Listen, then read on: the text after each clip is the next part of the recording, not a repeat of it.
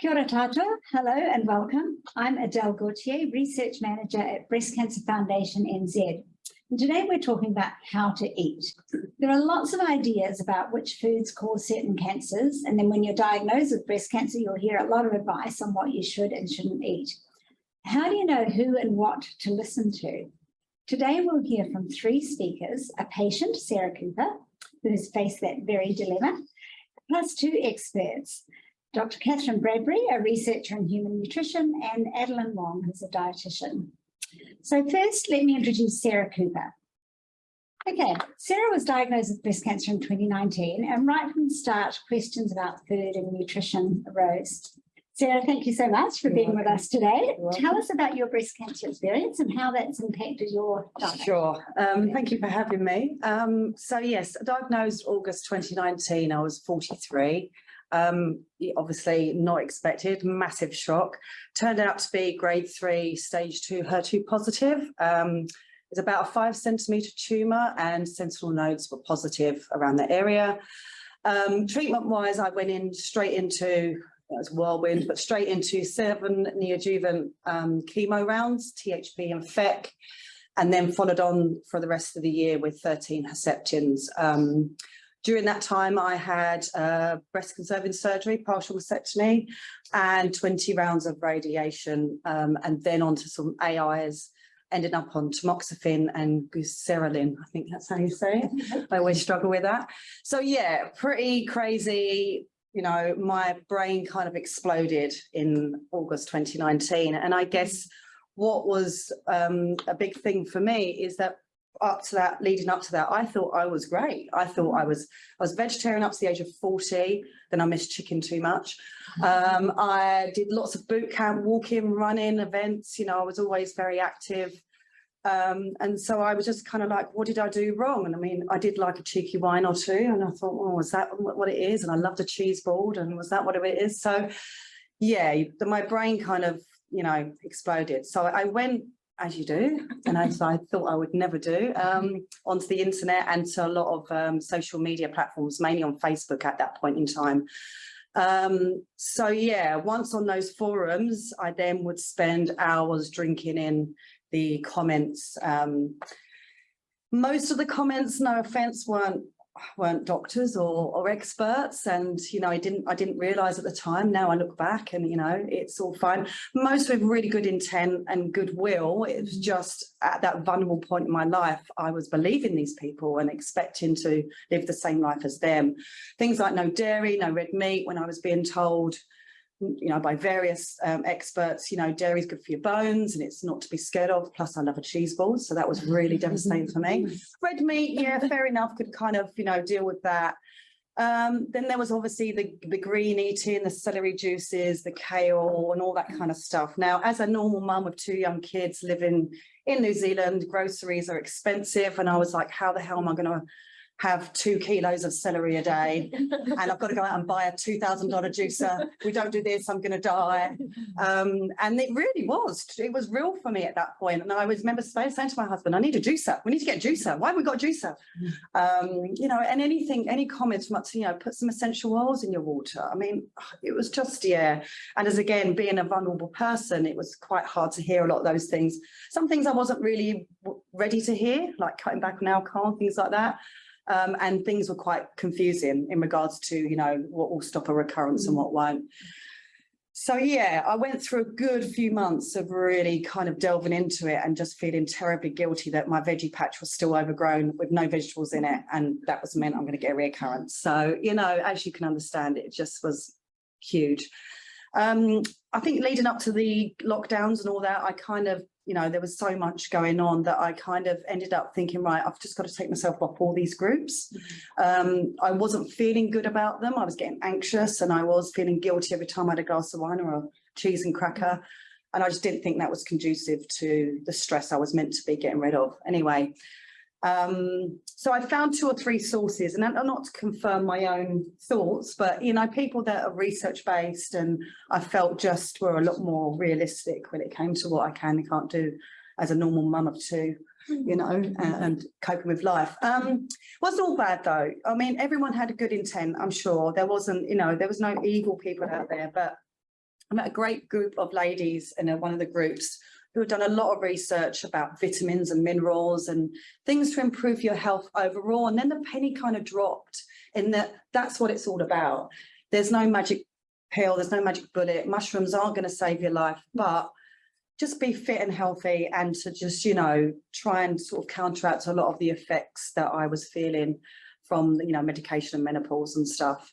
So reducing the stress, that was kind of huge. And once I come off them, I did feel a bit lighter about it. Reoccurrence is still a huge thing for me. I don't think anyone will ever stop thinking about it till they do invent the pill that means you won't get it back again.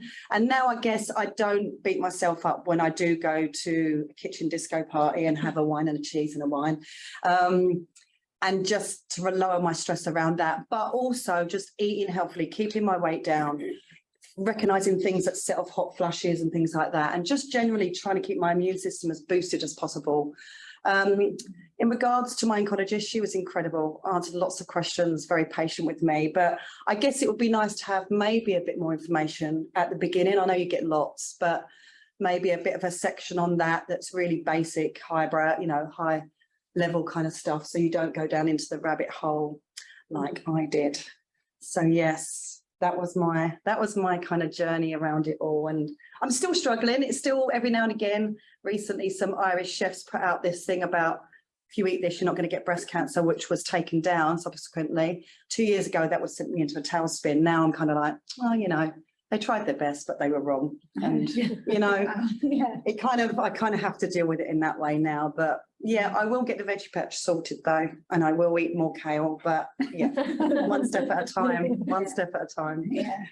Oh gosh, thank you so much, Sarah. That was great. And I think you really gave a really good picture of what it's like to be bombarded with all that information and try to wade your way through it. Oh, totally. Yeah. Yeah. So hopefully we'll kind of make that wading a little bit easier now. Next we're going to hear from Dr. Catherine Bradbury.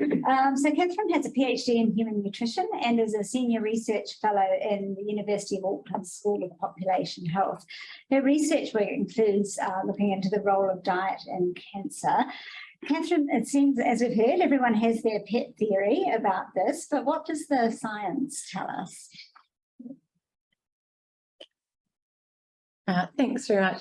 So I might just tell you a little bit more about me and my background. And so, yeah, I have a PhD from the University of Otago in human nutrition. And then once I completed that, I went overseas and worked in the UK for quite a few years at the University of Oxford. And I worked in a cancer epidemiology unit, researching the links between diet and cancer. And when I was there, the director of our unit was Dame Valerie Burrell, and she had set up the Million Women study, which was one of the major studies that has looked at risk factors for breast cancer. And it, as the name suggests, it recruited 1 million women, and it's followed them now for over 2 decades. And they've asked, filled in questionnaires about their life and their diet, and tried to sort of see what might, influence your risk of developing breast cancer.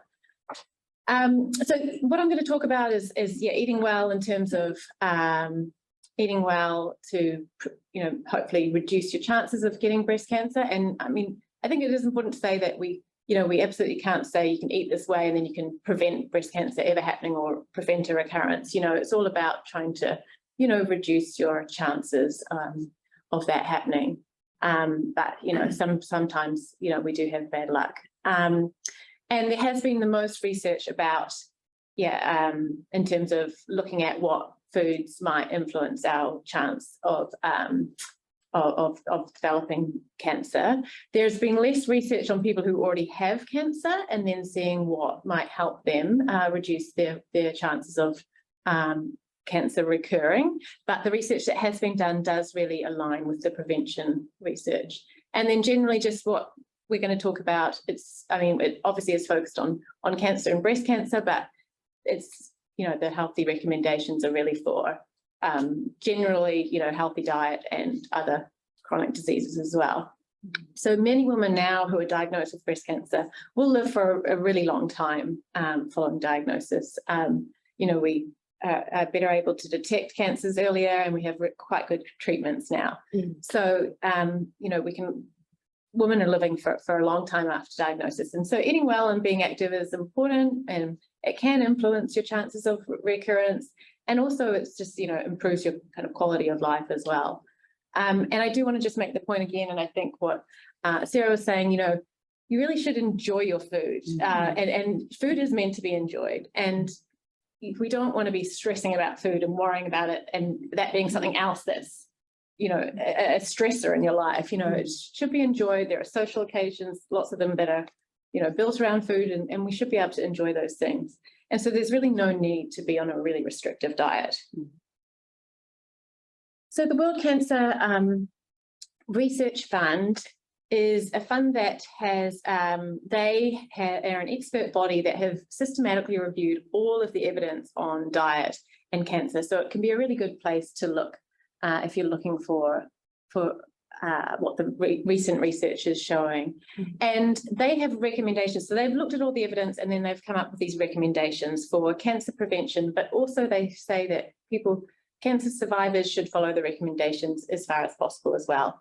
And so some of their recommendations, one of them is to be a healthy weight, which is obviously really easy to say, but much harder to actually do. And we do know that women diagnosed with breast cancer do generally, on average, put on a little bit of weight, during treatment. But as far as possible, trying to maintain a healthy weight and trying to limit that weight gain really can help reduce your chances of having a recurrence.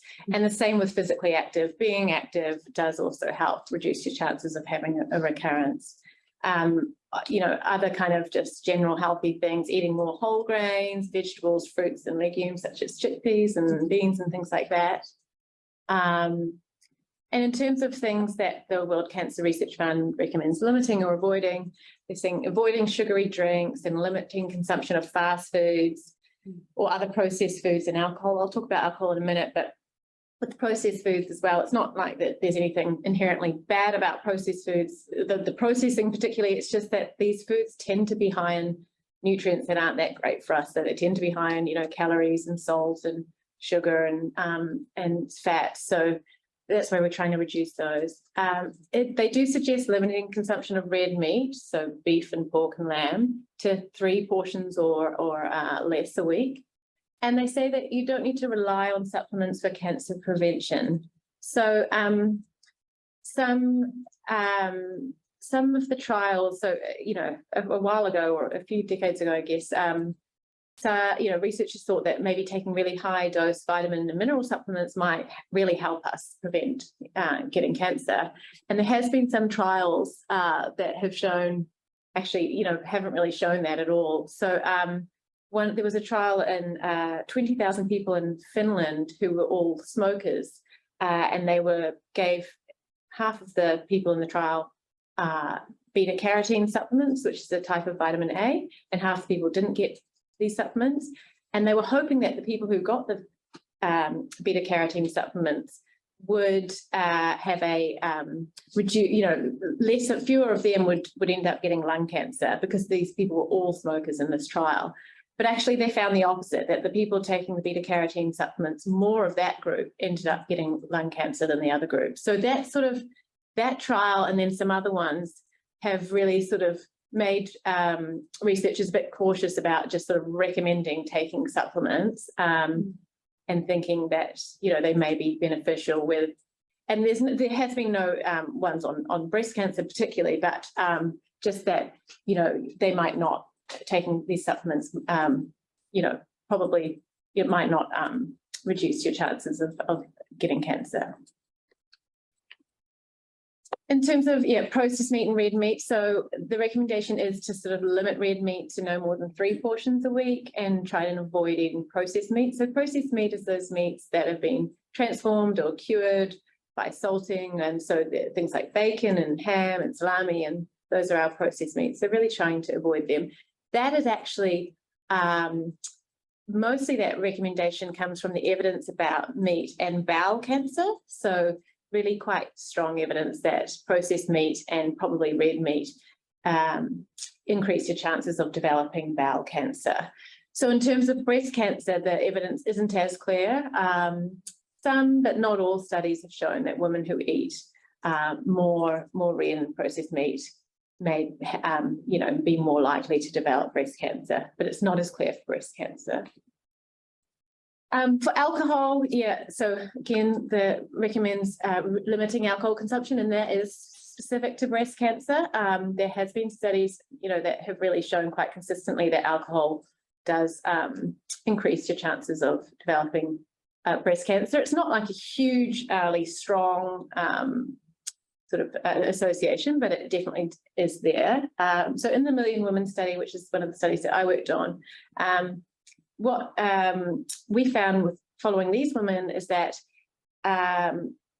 drinking alcohol did increase their chances of developing breast cancer. So every standard drink consumed per day, so a standard drink is like a small glass of wine, not one you pour yourself, but one you might pour someone else, someone you don't like very much, small glass of wine and a small beer or a single shot was associated with the 12% higher relative risk of developing breast cancer. So what that means, it's kind of a small but increase. So what that means is that, so say if your risk was 10% for developing breast cancer, and say you had a 20% higher relative risk, I'm just using different numbers to make the example easier, then that would that would equate to a sort of a 12% risk in terms of moving from a 10% to a 12% risk. So that's what a 20% higher relative risk means. So anyway, a 12% higher relative risk is a small increase in risk.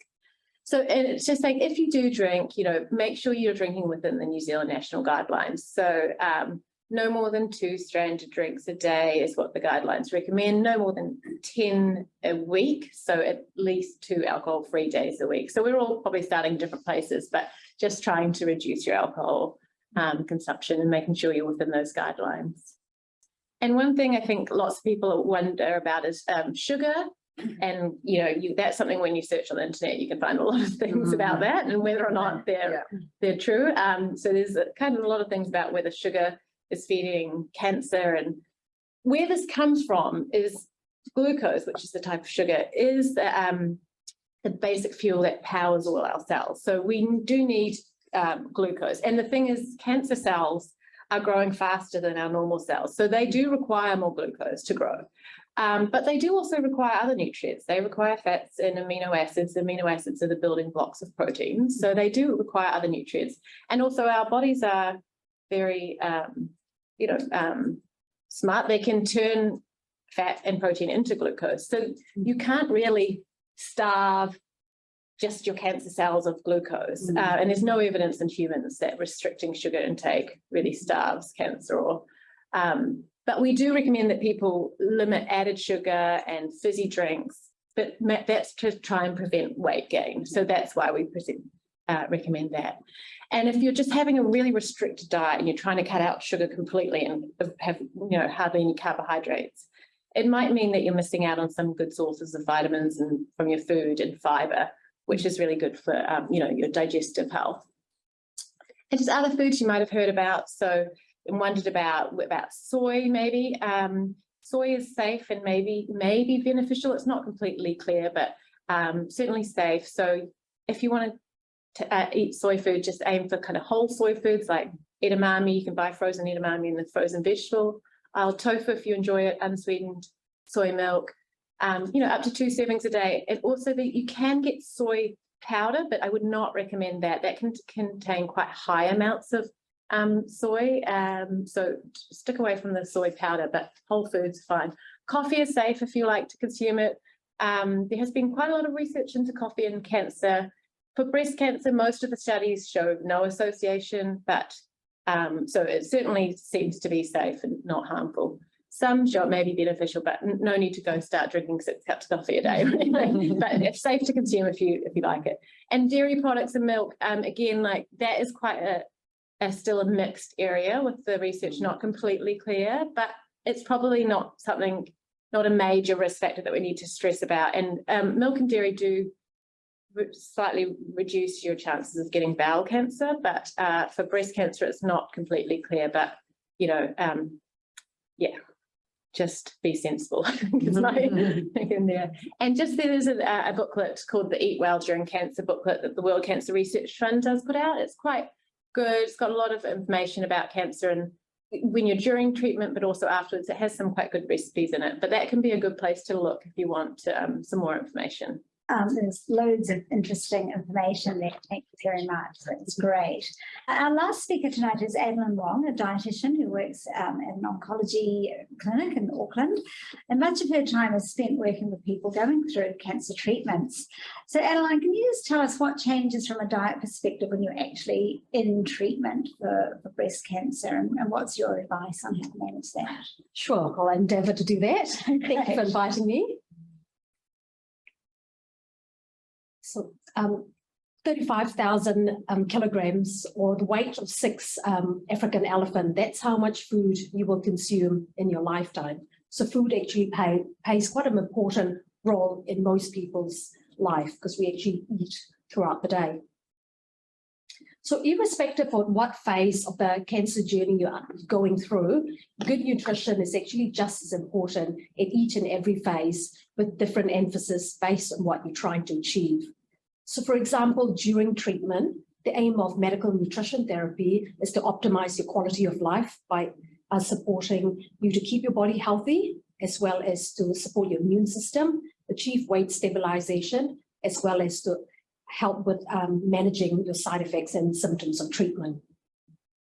So for this webinar, in the interest of time, I'll just concentrate on during treatment as well as survivorship.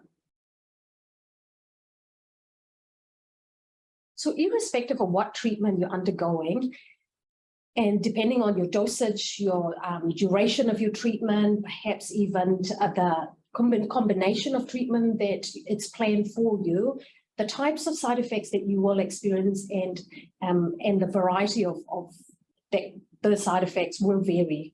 So today I'll share some of the tips and tricks to manage some of the common side effects, and they are nausea, poor appetite, fatigue, mouth sores, taste change, weight gain, and hot flushes. So with nausea, avoid getting your stomach too empty by eating and drinking small and often. So if you generally tend to have 3 main meals a day, I'd recommend having snacks in between the day. Or alternatively, you could try and graze a small amount throughout your waking hours. Food and drinks containing ginger can help. And if perhaps the smell of food actually makes you nauseous, then consider requesting for someone else in your household to cook for you. And while the meal is cooked, sit outside or away from the kitchen so that you can sit somewhere that's fresh air circulating, and open all the windows so that when the house is shut up at night, the smell actually does not linger around. And some people find their nausea is actually worse when they're consuming greasy, very strong smelling, as well as highly spiced food. And if that's the case, consider trying sort of cool foods, maybe room temperature, dry, starchy, or even salty foods like dry crackers or dried toast. So with poor appetite and fatigue, it's when your energy is not great, it's not uncommon that you lose your desire to eat. So be kind to yourself. Give yourself the permission to actually have smaller amounts. Oftentimes when you serve large portions of food, it can put you off eating. And just remember, you can always go back for seconds and thirds if you have, if you start with a bread butter pudding size plate. And because you're eating a smaller amount, try and make each mouthful count. So by choosing nutritious snacks. And for some people, distracting themselves while they're eating can actually take the pressure of eating. And if that works for you, then try to perhaps watch TV, eat in company of others, or even read a book when you're eating. And try and be prepared and conserve your energy for actually eating. You can do that by cooking in bulk when you're feeling well, and freezing the leftovers so that you've got another meal ready to reheat when you're feeling too tired to cook. Or even using prepackaged heat and eat meals that are available in most supermarkets. With mouth sores, stay away from foods that might irritate, And they could be things like highly spiced, acidic, rough, very cold or very hot foods. Some find moist, bland and soft food easier to tolerate. And this could be things like soups, smoothies, custards, yogurts. Good oral hygiene is really important when you have mouth sores to decrease your risk of infection and to support healing. So try using sort of bland mouthwash to gargle your mouth using a salt and baking soda solution. And avoid using alcohol-containing mouthwash as they might sting your mouth sores. And use high fluoride toothpaste as well as soft bristle toothbrush to brush your teeth. Sucking on ice chips can help numb your mouth and may encourage you to eat a bit more at meal times, as well as using a straw to direct the fluid away from the painful areas in your mouth. It's not uncommon when food tastes off that, you lose your desire to eat. So concentrate on the flavors that you actually do enjoy at that moment in time. So for example, if you fancy sort of a lemon flavored food item, perhaps trying sort of other tart foods like perhaps pomegranate, green apple, or even lime. And by trying that, by including that variety of foods, that will help you widen the range of food that is made available to you to eat. And also consider different foods from within the same food group. So for example, if you've gone off red meat for now, don't discount the animal protein food group. Perhaps try sort of chicken, pork, or even fish. And if that does not appeal to you, then even perhaps trying things like egg or dairy products or even plant protein substitutes. Plant and bamboo utensils can be helpful if you've got a metallic taste in your mouth. And again, keep your mouth clean and fresh to help, eliminate the unpleasant taste in your mouth by using bland mouthwashes before and after your meals. So it's not uncommon that hot flushes is actually quite a common side effect. It's seen in some patients undergoing hormonal therapy as well as medical-induced menopause. So if you're experiencing hot flushes, then try and avoid the triggers. And the triggers will vary from person to person. So it could be for one person, stress, another alcohol, perhaps caffeinated beverages, spicy food, or even hot weather or overheated rooms. So there's some research to show that including exercise on a regular basis and being at a healthy body weight range actually help to have a positive effect in terms of managing your hot flushes. A disproportionate number of women with breast cancer are actually above the ideal body weight at the time of diagnosis. And as Catherine has mentioned, it's really important to prevent weight gain and keep within 10% of your pre-treatment weight.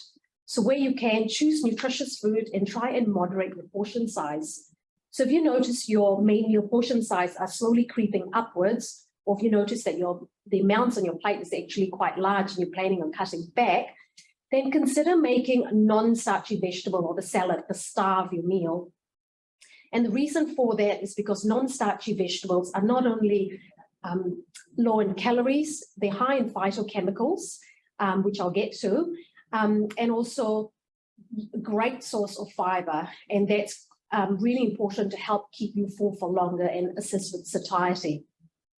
And when you can, and when you feel like your energy levels are up to it, I would highly recommend being active, even if it's for a short period, like going for a brisk walk or doing a short snippet video exercise. Irrespective of what kind of treatment you're undergoing, optimizing hydration is key. So if you're experiencing nausea, then sip on ginger lemon tea throughout the day. If you have poor appetite and you're finding that you can't eat a lot all at one time, perhaps drinking after your meal as opposed to with your meal, and that is so that the fluid does not displace your food intake at that point in time. So aside from cancer treatment, lifestyle factors have an important role to play in terms of risk reduction. And as Catherine has already alluded to early on, according to the American Institute of Cancer Research and the World Cancer Research Fund, some of their recommendations for risk reduction would include eating a diet that is rich in whole grains, legumes, beans, fruit, and vegetable, and try and include that as part of your daily diet. Be physically active and include that as part of your regular routine. Keep at a healthy body weight range and stay there throughout life, and limit or avoid alcohol intake. So why plants and why focus on plants? So the bright, vibrant colors of fruit and vegetable is how the plant expresses immune system. So by consuming a variety of different fruit and vegetables, you would consume a variety of phytochemicals and plant immune system. So the recommendation is to eat the colors of the rainbow. So eat a variety of colors of fruit and vegetables. So at all times we carry with us sort of measuring cups to help us moderate our portion size, and those are our hands. So food that fits into the non-starchy vegetable food groups would include the likes of broccoli, cauliflower, capsicum, celery, courgettes, beetroots, to name a few. And a serving size would be 2 cup hands together. Green banana, potato, corn, lentils, beans, legumes are examples of foods that belong to the starchy vegetable, legumes, and grains food group. And a portion size is approximately the size of your fist.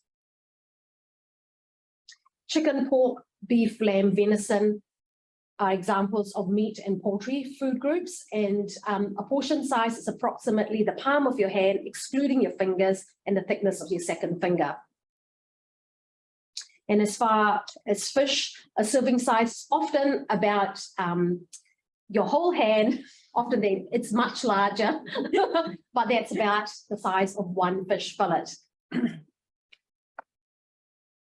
And for milk, dairy products, and plant-based or dairy substitute, examples of food in this food groups are milk, cheese, ice cream, yogurt, and custard. A serving size is approximately a glass of milk or plant or based substitute, or a slice of cheese approximately a matchbox size, or a bottle of yogurt. And they're great sources of protein as well as calcium.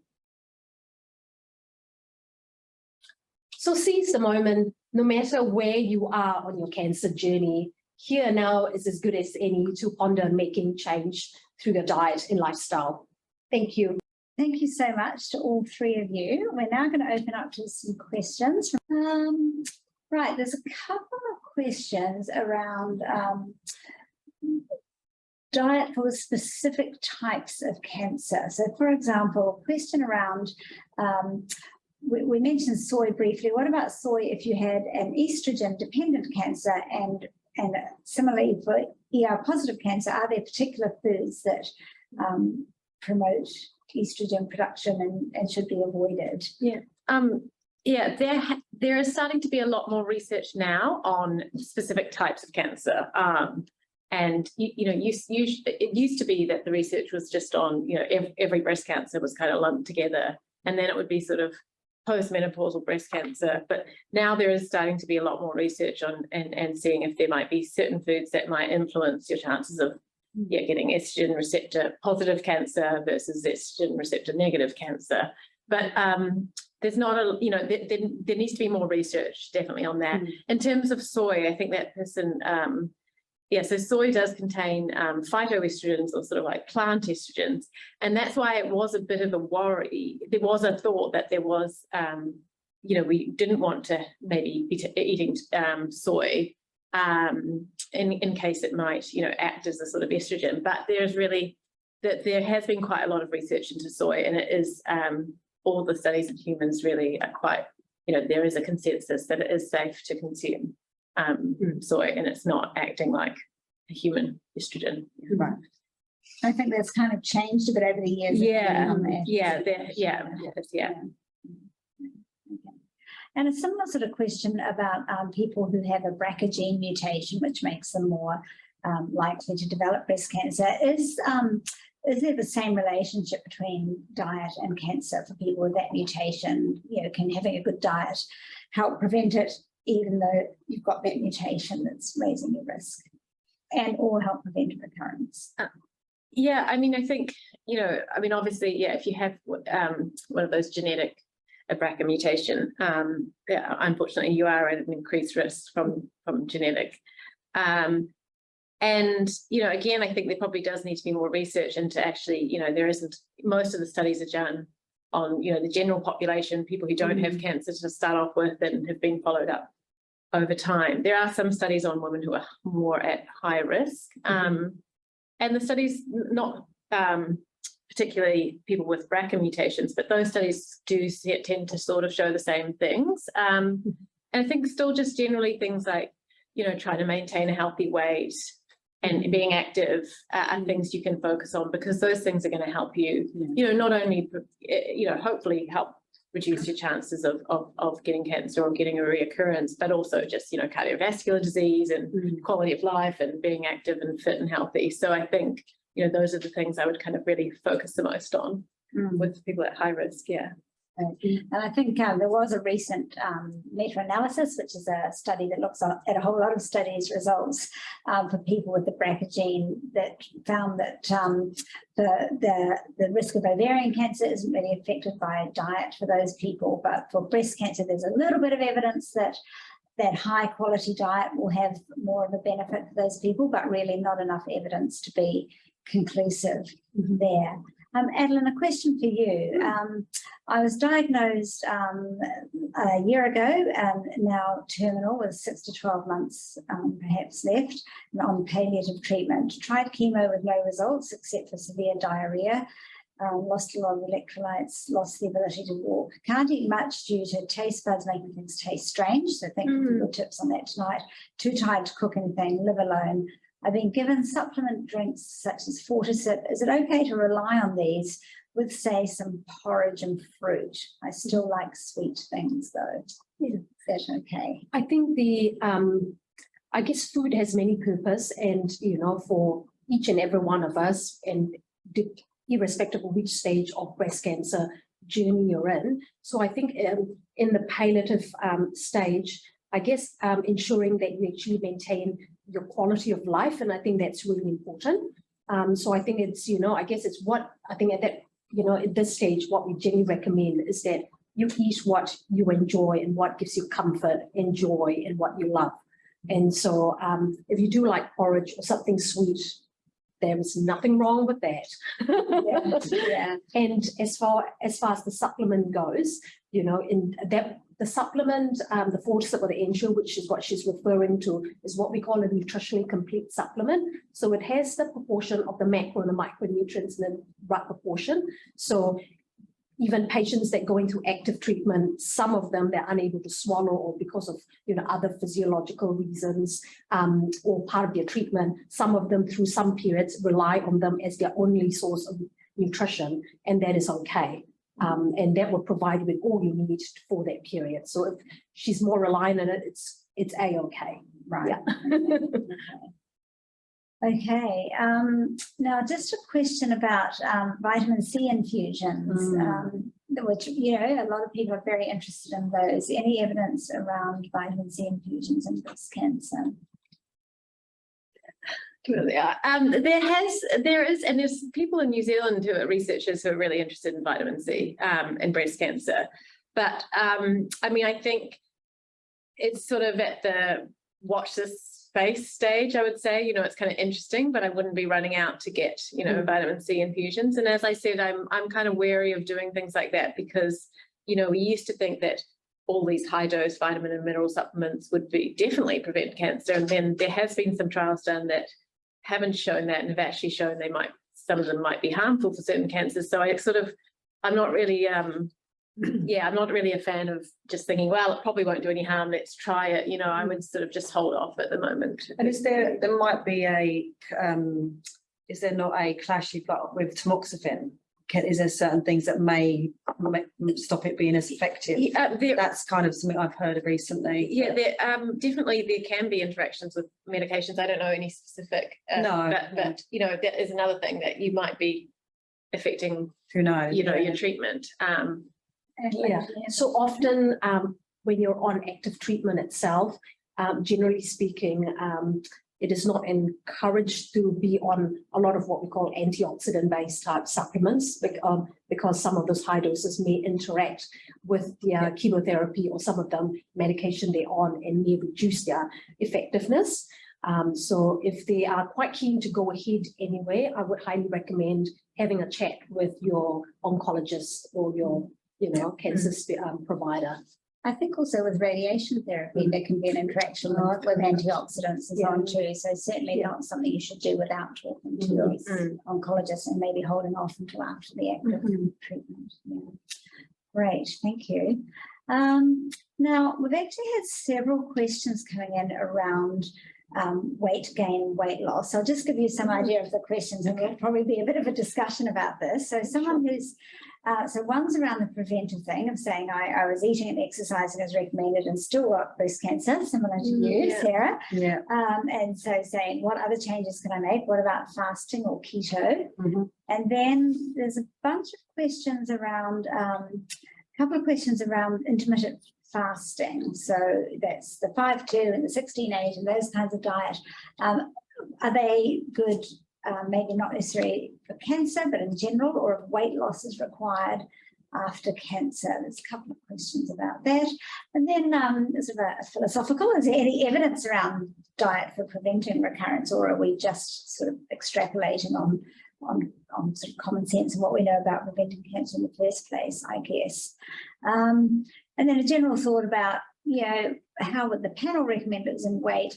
If there's evidence diets don't work in the long term and may cause weight gain even. So kind of bunch to deal with there, but it's probably a good thing to just put them all together and think about some of those things. So maybe Adeline, do you want to? Yeah, so in terms of weight gain, I do see many women that's undergoing breast cancer treatment that are struggling because the weight is increasing, and definitely obviously working on the diet side of things along in conjunction with exercise definitely would be the area that you would sort of work on. And I think when you are experiencing a lot of the side effects as well of treatment, that can actually also affect how you eat. And also, I guess, starting from where they're at, so working with them from where their start point is, and then, working forward to what they're trying to achieve. So often that's sort of the tack I would take. In terms of, weight reduction, I guess often women have a lot of guilt because they think, it's something I should have done different to, like what you're mentioning, Sarah Jane. So I think, taking that guilt away, and sometimes, it's not something you could have done or prevented. It's, it's just how it is.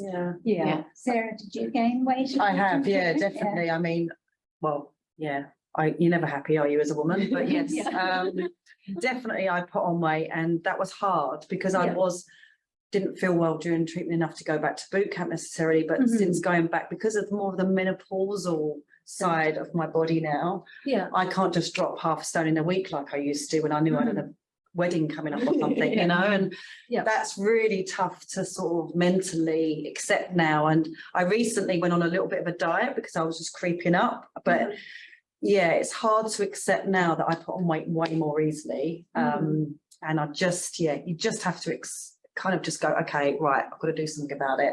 I'll just be good for a couple of weeks. And then certain foods that I used to be able to eat, they make me put on weight now, and I just have to be just aware and just really try my hardest to keep my weight within that. I'm never going to be I don't think I'm going to be the pre-cancer Sarah in a way. And that's okay, I think. That's okay. It's hard, but you just have to sort of, try and keep my weight down as much as possible, but And the other thing I would say is with exercise, I know this is about food, but exercise also really does reduce, your chances of developing breast cancer, even if you're struggling with your weight, trying to exercise as well, that is something you can do, and it's not you know, whereas with the weight, it's trying to achieve that outcome. With the exercise, it's just doing that, and that will be helpful. So I think that's a good thing as well. What about the sort of intermittent fasting diets? Do you want to talk about it? I need to know. Yeah, I mean, there's been some short-term studies about fasting, mainly just looking at none that I know that have looked at sort of whether they're good for cancer, but just in terms of weight, you know, loss and things. And I mean, yeah, like most things, people lose weight short term, and then, you know, it sort of wears off, or they don't. I don't know. I mean, if I haven't got an extreme fasting diet, but I don't know, if people want to try intermittent fasting, I mean, if they want to try it, fine, but I don't think we need to recommend everyone should be doing it. What would you say? Yeah, I would agree with that. I have some patients that triggers with weight gain is it's because at the end of the day it's their comfort time, and that's generally the time where they would eat, because, you know, and have more snacks, and the snacks that they generally would choose tend to be sort of more calorie dense, and so they find, you know, doing that little rule, if you like, of not eating after 8 o'clock, once they've had family dinner, they would stop eating. So indirectly you're sort of fasting, if you like, but quite loosely, and they've made that rule for themselves, and not strictly intermittent fasting as such, but that has helped them to not snack through the evening, and by not doing that they were able to sort of stabilize their weight. So I guess it's what works for you. And so, you know, I mean, the research is, you know, a little bit mixed out there, but I think it's, you know, working with, because we all eat, and what triggers us are all very different, and food has so many meanings, and one food that could be a comfort food to one person is this disgusting thing to another, you know. So, you know, it's, so it's very personal. So I said, you know, one size really does fit one. And so I often say it's not like a blanket, everybody must do X or Y. They always sound quite severe, those fasting things to me. And again, it's like, I know they're not, but it just feels really severe. But just a simple thing like that 8 o'clock. Stop. Really easy. Anyone, like, we can do that. You know, the morning when you wake up, and then you have your breakfast at 7 o'clock. That's achievable, isn't it, in real life? So no, I'm going to do that. No more chocolate for me. Now we do have more questions coming in, so we better keep moving along. Question around magnesium to help reduce hot flushes and improve mood when you're on endocrine therapy. Anyone have a view on that? I think the research out there, it's, you know, sort of neither here nor there. I took it for muscle cramps during chemo, and it worked. Yes. So I've just carried on. My, you know, fidgety legs. Brilliant. For some people that's been helpful, but the evidence for hot flushes not so much. No. Any evidence to suggest that being gluten-free may reduce inflammation and therefore your risk of cancer or risk of cancer occurrence? So, I mean, some people need to be gluten-free because they have celiac disease. But aside from that, not that I know of. I was actually involved in an interesting study where we looked at just characteristics of people who were gluten-free, and most of them were sort of they ended up being diagnosed with some sort of digestive condition or being investigated. So they were sort of, had something. They were mostly people who were gluten-free were ending up, maybe not as celiac, but they were having some digestive issues and thought it might be the gluten. But I don't think, there's any evidence that general population who you know don't have celiac disease need to be gluten-free. And it, you know, again, it's kind of might limit your enjoyment of food or being able to share food with others, or, you know,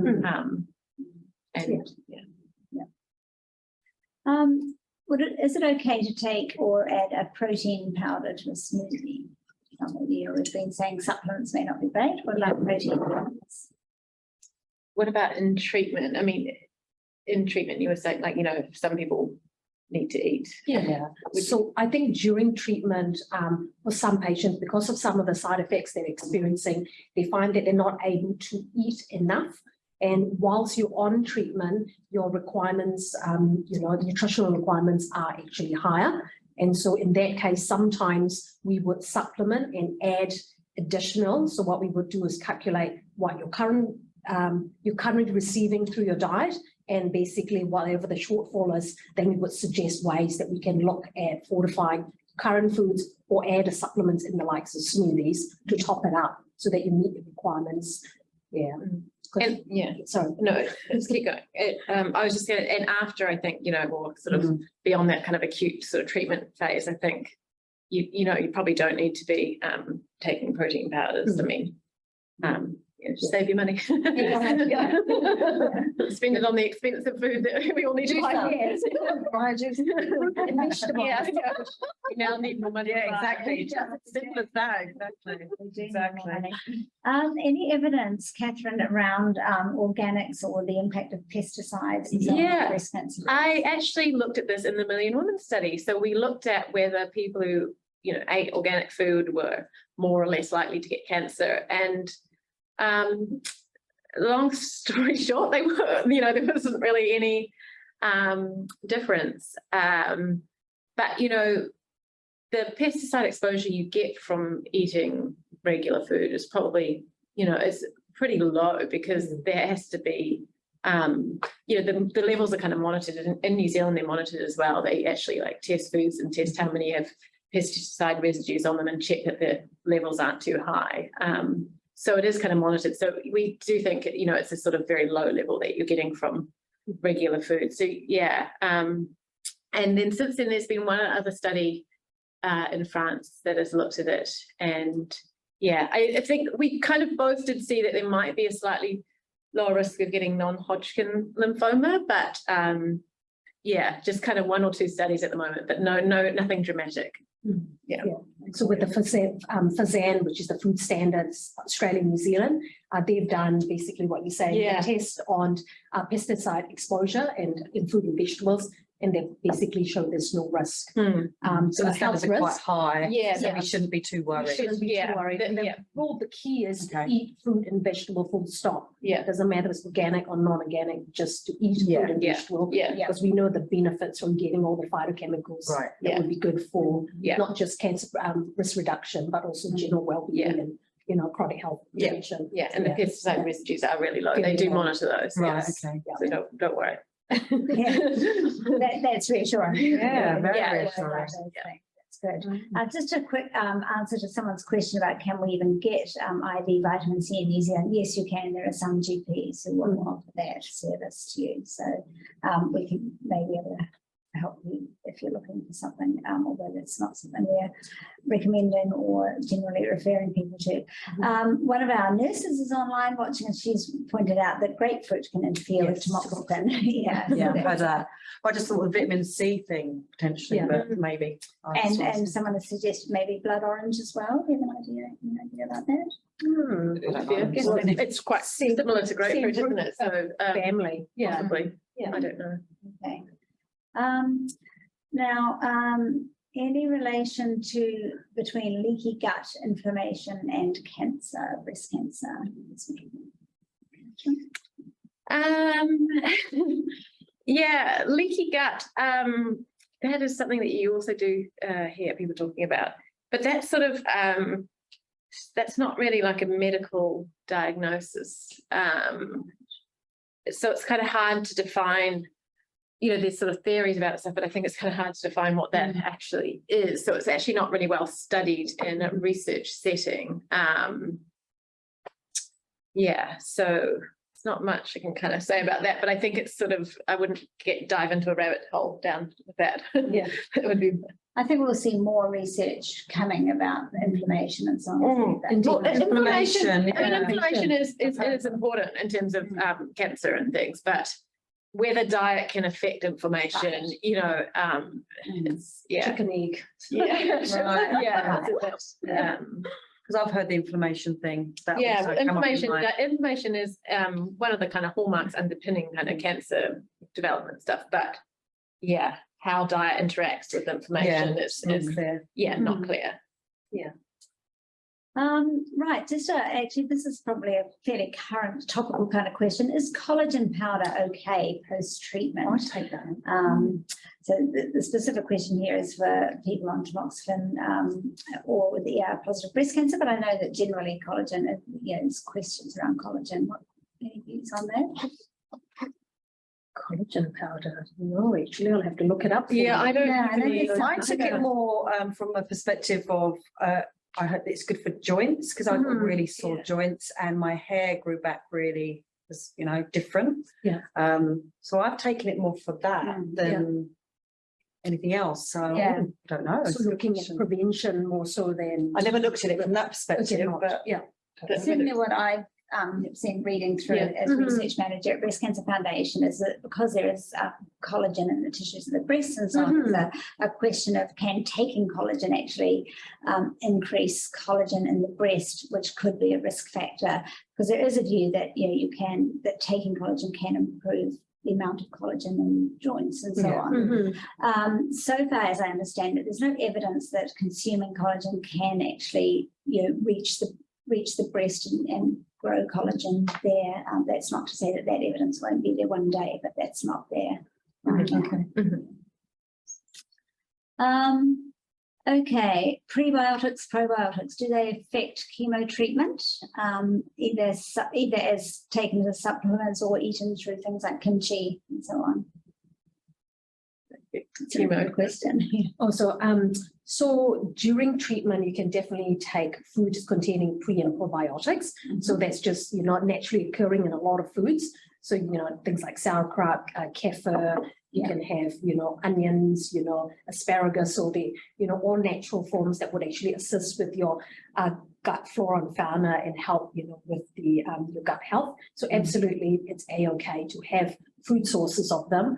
But there's no evidence at the stage, that I'm aware of that in terms of taking pre or probiotic, in terms of its effectiveness or, in terms of cancer prevention side, treatment. Okay. So someone who says, I do everything right, but I still can't get rid of the weight I gained during cancer. Not drinking, exercising well, eating well. Just can't shift it. Yeah, it's hard. I mean, I think, and it's totally normal, like on average, to gain weight during treatment. So it's not, yeah, I mean, I would just, do what you can do, but just try not to sort of let it be a stress and a worry in your life. If you are exercising and you're doing, not drinking that much alcohol and things, you're doing lots of other things that are, healthy and, do what you can, but we can only do what we can, can't we? And it is tricky and Yeah. And sometimes when you think you're in a calorie deficit, you're not, and that's the only way you lose weight. Yeah. And that's hard to be in that when you don't feel great. Yeah. It's really hard to put yourself. I try to put in it, I just can't do it anymore. So I just have to accept that I'm going to be that little bit.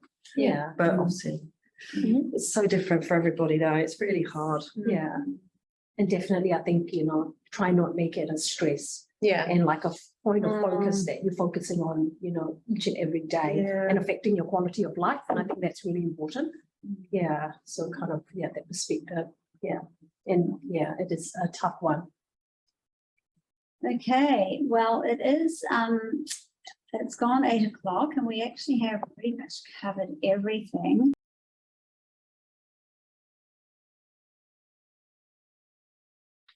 Thank you for all your questions. That made for a really interesting discussion. Thank you for joining us. And thanks again to Sarah, Catherine and Adeline. Just take a few seconds to fill in the helpful survey and give your feedback as you exit. If you have any other questions that you'd like to ask our nurses, you can see the number on your screen there, available during office hours, and it's a free call. And you're also welcome to join our MyVC community, where you can connect with other people on these kinds of conversations.